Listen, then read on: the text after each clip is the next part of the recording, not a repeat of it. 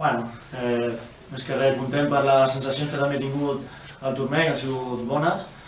I bueno, això no és que sigui cosa meva, és cosa de l'equip, el treball que he fet durant tot el partit. He tingut la sort de fer el gol i bueno, després havia de defensar, quedava molt per davant. Estic molt content per la classificació. Un gol que abans el demanaves, a la jugada abans m'he donat compte que li demanaves que fes exactament la jugada que has fet després. Bueno, això ens coneixem ja molt, aquí amb l'Àngel, amb els laterals, ens coneixem molt i intentem fer el millor possible i em coneix a mi també i ha sortit bé. Un moment històric també, perquè no sé si el vestidor suposo que éreu conscients que clar, això a Reus no ho ha viscut mai. Exacte, el vestidor era una festa molt contents. És que és un moment històric, com bé dius, aquí a Reus, tornem a fer història, aquest grup de gent que són l'hòstia aquí a dintre el vestidor.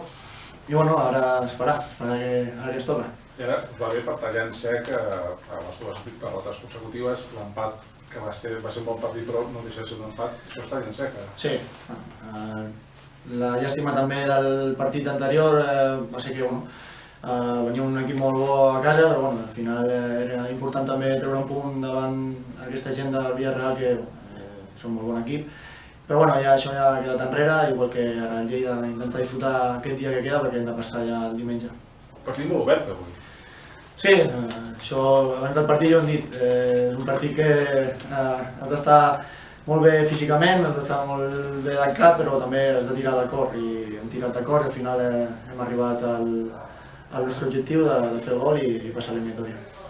L'última per la meva part, i aprofitant el pròxim partit de Lliga, coincideix que és contra el Lleida, és a dir, ho tindreu molt fresc en aquest sentit. No sé què us espereu quan hi ha el camp d'esports en aquest sentit després del repte d'avui. Un partit semblant al d'avui, és molt difícil, és un molt bon equip al Lleida i intentarem treure els 3 punts, que és l'objectiu per seguir a dalt. Ara li preguntàvem al Ricardo, no sé si tu també tens alguna preferència de cara al sorteig de divendres.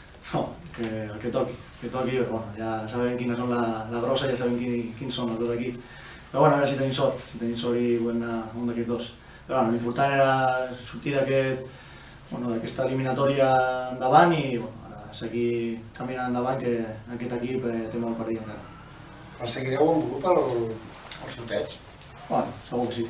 Segur que sí, serà pel matí, segur que tocarà seguir el grup i a veure què passa. Ja. Gràcies.